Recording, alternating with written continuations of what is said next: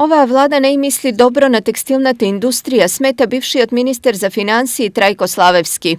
Оваа влада дури отворено кажува дека на некој начин не и треба текстилната индустрија. Тамо се исплаќале наводно ниски плати. Добро, тоа е силата барем во моментов, но мислам дека модернизацијата и на овој сектор, особено со воведување на нови технологии, треба да продолжи да се задржи секторот, да обезбедува егзистенција за бројни семејства од Штипи околината. Освен ова, дел од мерките на владата на Заев директно влијаеле на дестимулација на работниците, рече Славевски.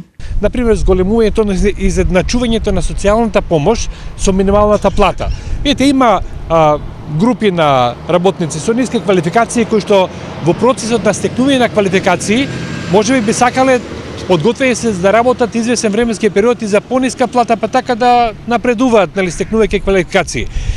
Сакам да кажам дека ние сме против таквите мерки. За разлика од СДСМ, кој ги зголемил трошоците на бизнис секторот преку воведување на повисоки даноци и поголема минимална плата, ВМРО во континуитет работел на намалување на тие трошоци за бизнис секторот. И претходните влади на ВМРО ДПМН, само да спомнам, со воведувањето на рамниот данок, понатаму со намалувањето на стапките на придонесите, се беше насочено кон намалување на трошоците на работењето, секако и создавање на еден амбиент, покрај домашниот капитал и за привлекување на странски директни инвестиции. Посетата на Трајко Славевски на Штип беше во склоп на председателската кампања на кандидатот Гордана Силјановска-Давкова.